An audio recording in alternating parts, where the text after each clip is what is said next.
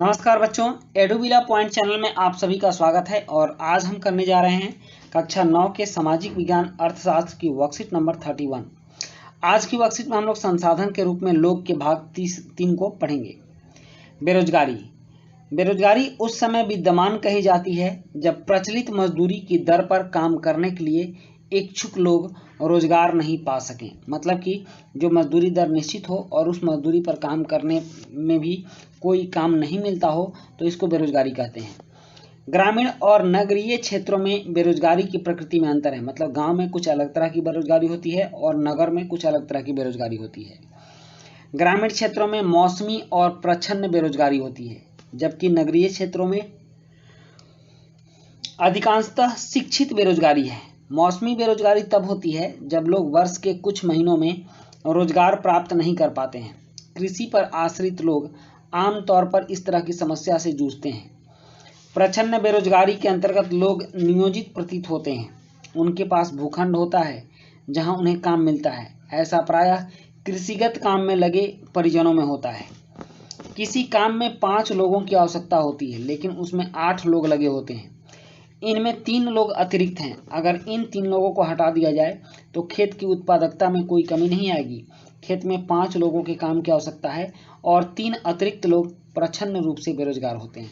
मतलब कि आवश्यकता से ज़्यादा उसमें लोग काम कर रहे हैं। यही कारण है कि उसको प्रच्छन्न बेरोजगारी, छिपी हुई बेरोजगारी कहते हैं।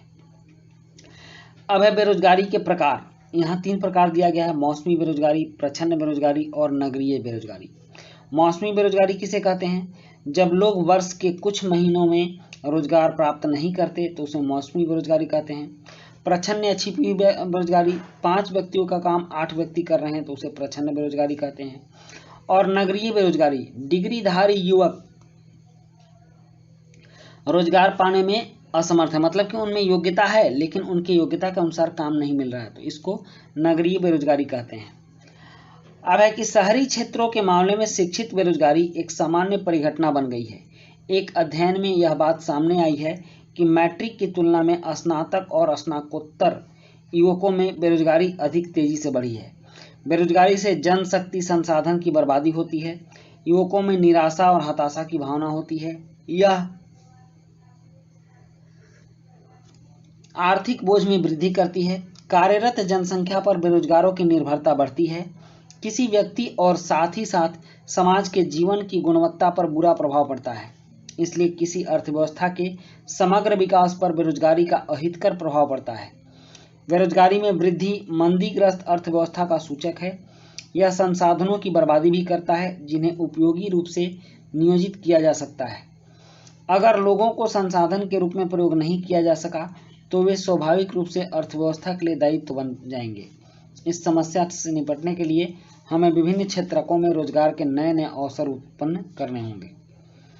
अब यहाँ 5 प्रश्न है कि बेरोजगारी शब्द की व्याख्या कीजिए। प्रच्छन्न और मौसमी बेरोजगारी में क्या अंतर है? बेरोजगारी के कारण से होने वाले अहितकर प्रभाव बताइए। और शिक्षित बेरोजगारी भारत के लिए एक विशेष समस्या है, कैसे? 5वां प्रश्न होगा कि आपके विचार से भारत किस क्षेत्र में रोजगार के सर्वाधिक अवसर सृजित कर सकता है? तो चलिए अब इन प्रश्नों के उत्तर लिखते हैं। पहला प्रश्न है कि बेरोजगारी शब्द की व्याख्या कीजिए। तो जब कोई व्यक्ति काम करने के योग्य है तथा वह काम करना चाहता है, फिर भी उसे अगर कोई काम नहीं मिलता तो उसे बेरोजगारी कहा जाता है। प्रश्न 2 है कि प्रच्छन्न और मौसमी बेरोजगारी में क्या अंतर है? तो प्रच्छन्न बेरोजगारी, जब लोगों को अपनी योग्यता से कम काम प्राप्त हो या फिर आवश्यकता से अधिक लोग काम पर लगे हों तब इसे प्रच्छन्न बेरोजगारी कहते हैं। नेक्स्ट है मौसमी बेरोजगारी, जब लोग वर्ष के कुछ महीनों में बिना काम के रहते हैं तब इस प्रकार की बेरोजगारी को मौसमी बेरोजगारी कहते हैं। और प्रश्न 3 है कि बेरोजगारी के कारण होने वाले कुछ अहितकर प्रभाव बताइए।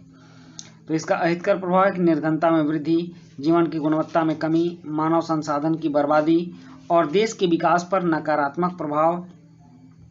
अब है प्रश्न 4 कि शिक्षित बेरोजगारी भारत के लिए एक विशेष समस्या है, कैसे? तो इसका उत्तर है कि शिक्षित बेरोजगारों की संख्या बढ़ती जा रही है। हम अपने मानव संसाधन का ठीक से उपयोग नहीं कर पा रहे हैं। देश के आर्थिक बोझ में वृद्धि होती जा रही है। युवाओं में हताशा और निराशा उत्पन्न होती है। उसके बाद प्रश्न 5 है कि आपके विचार से भारत किस क्षेत्र में रोजगार के सर्वाधिक अवसर सृजित कर सकता है। तो इसका उत्तर है कि मेरे अनुसार भारत तृतीय क्षेत्र में रोजगार के सर्वाधिक अवसर सृजित कर सकता है, क्योंकि इसमें जनसंख्या की दृष्टि से मात्र 15% लोग कार्यरत हैं और हमारे देश की जीडीपी में इसका योगदान 60% है। तो बच्चों, ये थी आपकी आज की वर्कशीट और आज की वर्कशीट कंप्लीट होती है। वीडियो अच्छी लगी हो तो लाइक, सब्सक्राइब, कमेंट जरूर कीजिएगा। मिलते हैं नेक्स्ट वीडियो में। Thank you.